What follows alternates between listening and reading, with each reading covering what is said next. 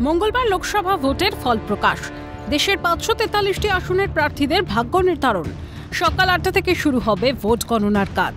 ইতিমধ্যেই অবাধ এবং স্বচ্ছ গণনার জন্য একাধিক পদক্ষেপ গ্রহণ জাতীয় নির্বাচন কমিশনের। রাজ্যে 42টি আসনে ভোট গণনা হবে 55টি গণনা কেন্দ্রে। প্রথমে গোনা হবে পোস্টাল ব্যালট, তারপর খোলা হবে ইভিএম। গণনা কেন্দ্রগুলিতে থাকছে ত্রিস্তরীয় নিরাপত্তা ব্যবস্থা। গণনা কেন্দ্রের বাইরে 200 মিটার পর্যন্ত জারি থাকছে 144 ধারা। রাজ্যের 55টি গণনা কেন্দ্রের নিরাপত্তায় মোতায়েন 92 কোম্পানি কেন্দ্রীয় বাহিনী।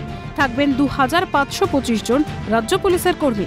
সোমবার সাংবাদিক সম্মেলন করে ভোট গণনা কেন্দ্রের কড়া নিরাপত্তা ব্যবস্থার কথা জানান রাজ্যের মুখ্য নির্বাচনী আধিকারিক আরিজ আফতাব।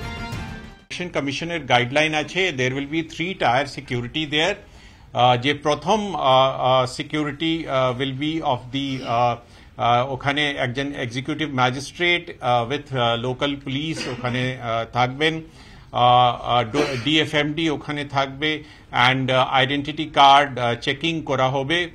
এবং তারপরে 100 মিটার একটা পেডেস্ট্রিয়ান জোন আছে। সেকেন্ড টায়ার চেকিং হবে যেখানে স্টেট আর্ম পুলিশ থাকবে, and the innermost will be the CAPF central arm police force থাকবে।